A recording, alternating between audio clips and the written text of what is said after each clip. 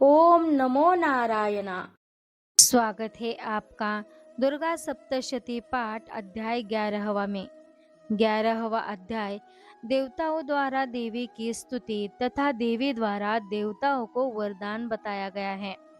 महर्षि मेधा कहते हैं, दैत्य के मारे जाने पर इंद्रादि देवता अग्नि को आगे करके कात्यायनी देवी की स्तुति करने लगे। उस समय अभीष्ट की प्राप्ति के कारण उनके मुख खिले हुए थे। देवताओं ने कहा, हे शरणागतों के दुख करने वाली देवी, तुम प्रसन्न हो। हे संपूर्ण जगत के माता, तुम प्रसन्न हो। विघ्नेश्वरी, तुम विश्व की रक्षा करो, क्योंकि तुम इस चर और अचर की ईश्वरी हो। हे देवी, संपूर्ण जगत की आधार रूप हो, क्योंकि तुम पृथ्वी रूप में भी स्थित हो और अन्यतः पराक्रम वाली देवी हो। तुम विष्णु की शक्ति हो और विश्व की बीज परम माया हो, और तुमने ही इस संपूर्ण जगत को मोहित कर रखा है। तुम्हारे प्रसन्न होने पर ही यह पृथ्वी मोक्ष को प्राप्त होती है। हे देवी, संपूर्ण विद्याएं तुम्हारे ही भिन्न भिन्न स्वरूप है। इस जगत में जितनी स्त्रियां हैं, वह सब तुम्हारी ही मूर्तियां हैं। एकमात्र तुमने ही इस जगत को व्याप्त कर रखा है। तुम्हारी स्तुति किस प्रकार हो सकती है, क्योंकि तुम परम बुद्धि रूप हो और संपूर्ण प्राणी रूप स्वर्ग और मुक्ति देने वाली हो। अतः इसी रूप में तुम्हारी स्तुति की गई है। तुम्हारी स्तुति के लिए इससे बढ़कर और क्या युक्तियां हो सकती हैं। संपूर्ण जनों के हृदय में बुद्धि रूप होकर निवास करने वाली, स्वर्ग तथा मोक्ष प्रदान करने वाली, हे नारायणी देवी, तुमको नमस्कार है। काला काष्ठ आदि रूप से अवस्थाओं को परिवर्तन की और ले जाने वाली तथा प्राणियों का अंत करने वाली नारायणी, तुमको नमस्कार है।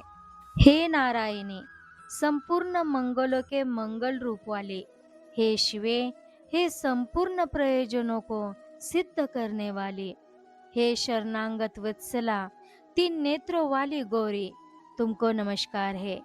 सृष्टि स्थिति तथा सहारव की शक्ति भूता सनातनी देवी, गुणों का आधार तथा सर्व सुखमय नारायणी, तुमको मेरा नमस्कार है। हे शरण में आए हुए शरणागतों दीन दुखियों की रक्षा में तत्पर, संपूर्ण पीड़ाओं को हरने वाले, हे नारायणी, तुमको नमस्कार है। हे नारायणी, तुम ब्राह्मणी का रूप धारण करके हंसों से जूते हुए विमान पर बैठती हो तथा कुछ से अभिमंत्रित जल छिड़कती रहती हो, तुम्हें नमस्कार है।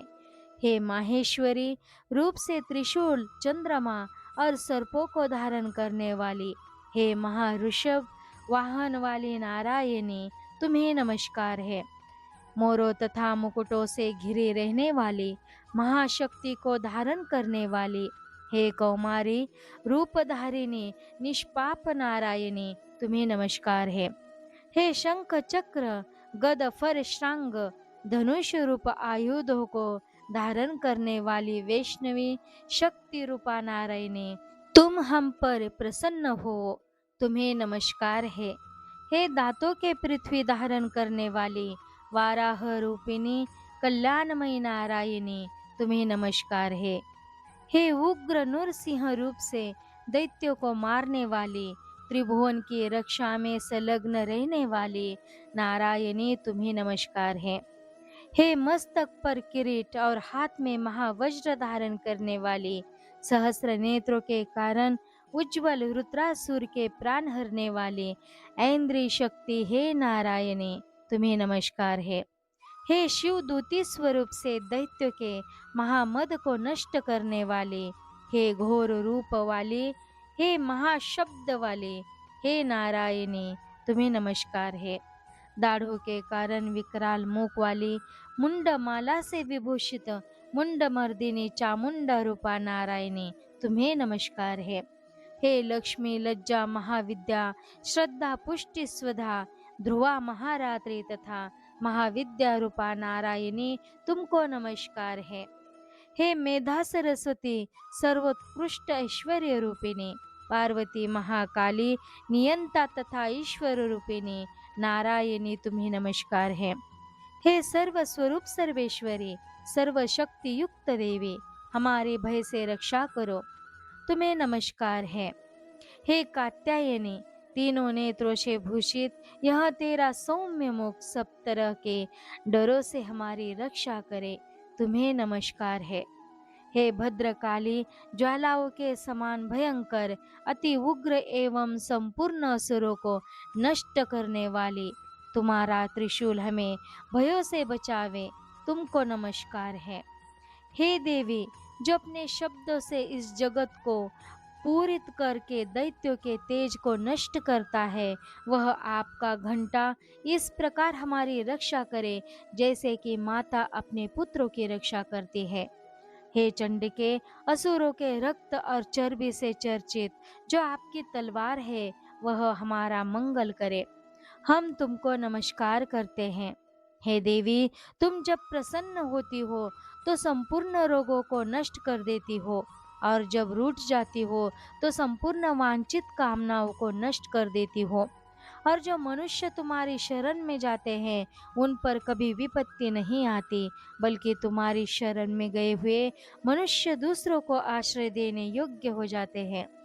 अनेक रूपों से बहुत प्रकार की मूर्तियों को धारण करने के इन धर्मद्रोही असुरों का तुमने संहार किया है, वह तुम्हारे सिवा कौन कर सकता था। चतुर्दश विद्याएं षट शास्त्र और चारों वेद तुम्हारे ही प्रकाश से प्रकाशित है, उनमें तुम्हारा ही वर्णन है। और जहाँ राक्षस विषैले सर्प शत्रुघ्न है वहाँ और समुद्र के बीच में भी तुम साथ रहकर इस विश्व की रक्षा करती हो। हे विश्वेश्वरी तुम विश्व का पालन करने वाली विश्व रूपा हो, इसलिए संपूर्ण जगत को धारण करती हो, इसलिए ब्रह्मा विष्णु महेश की भी वंदनीय हो। जो भक्ति पूर्वक तुमको नमस्कार करते हैं वह विश्व को आश्रय देने वाले बन जाते हैं। हे देवी तुम प्रसन्न हो और असुरों को मारकर जिस प्रकार हमारी रक्षा की है ऐसे ही हमारे शत्रुओं से सदा हमारी रक्षा करते रहो। संपूर्ण जगत के पाप नष्ट कर दो और पापों तथा उनके फल स्वरूप होने वाली महामारी आदि बड़े बड़े उपद्रवों को शीघ्र ही दूर कर दो। विश्व की पीड़ा को हरने वाली देवी शरण में पड़े हुओं पर प्रसन्न हो। त्रिलोक निवासियों की पूजनीय परमेश्वरी हम लोगों को वरदान दो। देवी ने कहा, हे देवताओं मैं तुमको वर देने को तैयार हूँ, आपकी जैसी इच्छा हो वैसा ही वर मांग लो, मैं तुमको दूंगी। देवताओं ने कहा, हे सर्वेश्वरी त्रिलोकी के निवासियों की समस्त पीड़ाओं को तुम इसी प्रकार हरते रहो और हमारे शत्रुओं को इसी प्रकार नष्ट करते रहो। देवी ने कहा, वैवस्वत मनवंतर के 28वें युग में दो और महाअसुर शुंभ और निशुंभ उत्पन्न होंगे। उस समय मैं नंद गोप के घर से यशोदा के गर्भ से उत्पन्न होकर विंध्याचल पर्वत पर शुंभ और निशुंभ का संहार करूंगी। फिर अत्यंत भयंकर रूप से पृथ्वी पर अवतीर्ण होकर मैं वैप्रचित्ति नामक दानवों का नाश करूंगी। उन भयंकर महाअसुरों को भक्षण करते समय मेरे दांत अनार पुष्प के समान लाल होंगे। इसके पश्चात स्वर्ग में देवता और पृथ्वी पर मनुष्य मेरी स्तुति करते हुए मुझे रक्तदंतिका कहेंगे। फिर जब 100 वर्ष तक वर्षा न होगी तो मैं ऋषियों के स्तुति करने पर आयोनिज नाम से प्रकट होंगे और अपने 100 नेत्रों से ऋषियों की ओर देखोगे। अतः मनुष्य शताक्षी नाम से मेरा कीर्तन करेंगे। उसी समय मैं अपने शरीर से उत्पन्न हुए प्राणों की रक्षा करने वाले शाकों द्वारा सब प्राणियों का पालन करूंगी और तब इस पृथ्वी पर शाकंभरी के नाम से विख्यात होंगे। और इसी अवतार में मैं दुर्गा नामक महाअसुर का वध करूंगी और इससे मैं दुर्गा देवी के नाम से प्रसिद्ध होंगी। इसके पश्चात जब मैं भयानक रूप धारण करके हिमालय निवासी ऋषियों महर्षियों की रक्षा करूंगी, तब भीमा देवी के नाम से मेरी ख्याति होगी। और जब फिर अरुण नामक असुर तीनों लोगों को पीड़ित करेगा, तब मैं असंख्य भ्रमरों का रूप धारण करके उस महादैत्य का वध करूंगी। तब स्वर्ग में देवता और मृत्युलोक में मनुष्य मेरी स्तुति करते हुए मुझे ब्राह्मरी नाम से पुकारेंगे। इस प्रकार जब जब पृथ्वी राक्षसों से पीड़ित होगी, तब तब मैं अवतरित होकर शत्रुओं का नाश करूंगी। श्री दुर्गा सप्तशती पाठ अध्याय 11वां। श्री दुर्गार्पणमस्तु।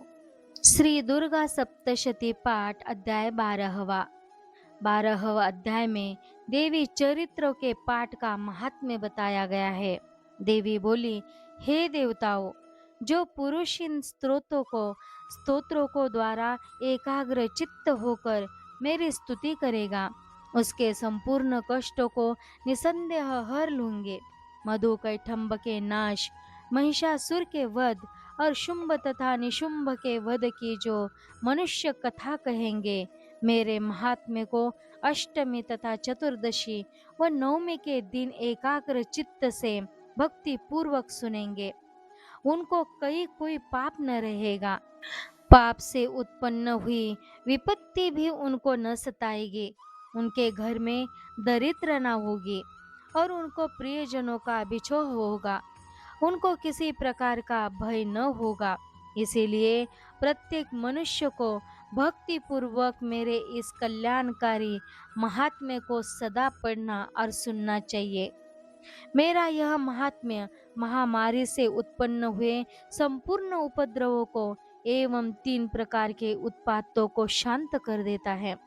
जिस घर व मंदिर में या जिस स्थान पर मेरा यह स्तोत्र विधि पूर्वक पढ़ा जाता है, उस स्थान का मैं कभी भी त्याग नहीं करती और वहाँ सदा ही मेरा निवास रहता है। बलिदान, पूजा, होम तथा महोत्सव में मेरा यह चरित्र उच्चारण करना तथा सुनना चाहिए। ऐसा हवन या पूजन मनुष्य जानकर या बिना जाने करे, मैं उसे तुरंत ग्रहण कर लेती हूँ। और शरत काल में प्रत्येक वर्ष जो महापूजा की जाती है, उनमें मनुष्य भक्ति पूर्वक मेरा यह महात्म्य सुनकर सब विपत्तियों से छूट जाता है और धन धान्य तथा पुत्र आदि से संपन्न हो जाता है। और मेरे इस महात्म्य व कथाओं इत्यादि को सुनकर मनुष्य निर्भय हो जाता है और महात्म्य के श्रवण करने वालों के शत्रु नष्ट हो जाते हैं तथा कल्याण की प्राप्ति है और उनका कुल आनंदित हो जाता है। सब कष्ट शांत हो जाते हैं तथा भयंकर स्वप्न दिखाई देना तथा घरेलू दुख इत्यादि सब मिट जाते हैं। बाल ग्रहों में ग्रसित बालकों के लिए यह मेरा महात्म्य परम शांति देने वाला है। मनुष्य में फूट पड़ने यह पर भली भांति मित्रता करने वाला है। मेरा यह महात्म्य मनुष्य को मेरी जैसी सामर्थ्य की प्राप्ति करवाने वाला है। पशु, पुष्प, अर्घ्य, धूप, गंध, दीपक इत्यादि सामग्रियों द्वारा पूजन करने से ब्राह्मण को भोजन करा के, हवन करके, प्रतिदिन अभिषेक करके, नाना प्रकार के भोगों को अर्पण करके और प्रत्येक वर्ष दान इत्यादि करके जो मेरी आराधना की जाती है और उसमें मैं जैसी प्रसन्न हो जाती हूँ, वैसी प्रसन्न मैं इस चरित्र के सुनने से हो जाती हूँ। यह महात्म्य श्रवण करने पर पापों को हर लेता है तथा आरोग्य प्रदान करता है। मेरे प्रादुर्भाव का कीर्तन दुष्ट प्राणियों से रक्षा करने वाला है, युद्ध में दुष्ट दैत्यों का संहार करने वाला है। इसके सुनने से मनुष्य को शत्रुओं का भय नहीं रहता। हे देवताओं, तुमने जो मेरी स्तुति की है अथवा ब्रह्मा जी ने जो मेरी स्तुति की है, वह मनुष्य को कल्याणमय बुद्धि प्रदान करने वाली है। वन में सुने मार्ग में अथवा दावानल से घिर जाने पर, वन में चोरों से घिरा हुआ या शत्रुओं द्वारा पकड़ा हुआ, जंगल में सिंहों से, व्याघ्रों से या जंगली हाथियों द्वारा पीछा किया हुआ, राजा के क्रुद्ध हो जाने पर मारे जाने के भय से, समुद्र में नाव के डगमगाने पर, भयंकर युद्ध में फंसा होने पर, किसी भी प्रकार की पीड़ा से पीड़ित, घोर बाधाओं से दुखी हुआ मनुष्य मेरे इस चरित्र को स्मरण करने से संकट से मुक्त हो जाता है। मेरे प्रभाव से सिंह, चोर या शत्रु इत्यादि दूर भाग जाते हैं और पास नहीं आते। महर्षि ने कहा, प्रचंड पराक्रम वाली भगवती चंडिका। यह कहने के पश्चात सब देवताओं के देखते ही देखते अंतर्धान हो गई और संपूर्ण देवताओं अपने शत्रुओं के मारे जाने पर पहले की तरह यज्ञ का भाग का उपभोग करने लगे और उनको अपने अधिकार फिर से प्राप्त हो गए तथा युद्ध में देवताओं के शत्रु शुंभ व निशुंभ के देवी के हाथों मारे जाने पर बाकी बचे हुए राक्षस पाताल को चले गए।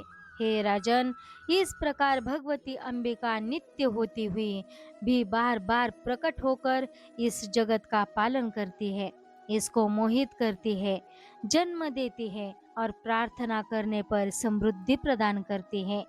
हे राजन, भगवती ही महाप्रलय के समय महामारी का रूप धारण करती है और वही संपूर्ण ब्रह्मांड में व्याप्त है और वही भगवती समय समय पर महाकाली तथा महामारी का रूप बनाती है और स्वयं अजन्मा होती हुई भी सृष्टि के रूप में प्रकट होती है। वह सनातनी देवी प्राणियों का पालन करती है और वही मनुष्य के अभ्युदय के समय घर में लक्ष्मी का रूप बनकर स्थित हो जाती है तथा अभाव के समय दरिद्रता बनकर विनाश का कारण बन जाती है। पुष्प, धूप और गंध आदि से पूजन करके उसकी स्तुति करने से वह धन एवं पुत्र देती है और धर्म से शुभ बुद्धि प्रदान करती है। श्री दुर्गा सप्तशती, अध्याय 13वां। श्री दुर्गार्पणमस्तु।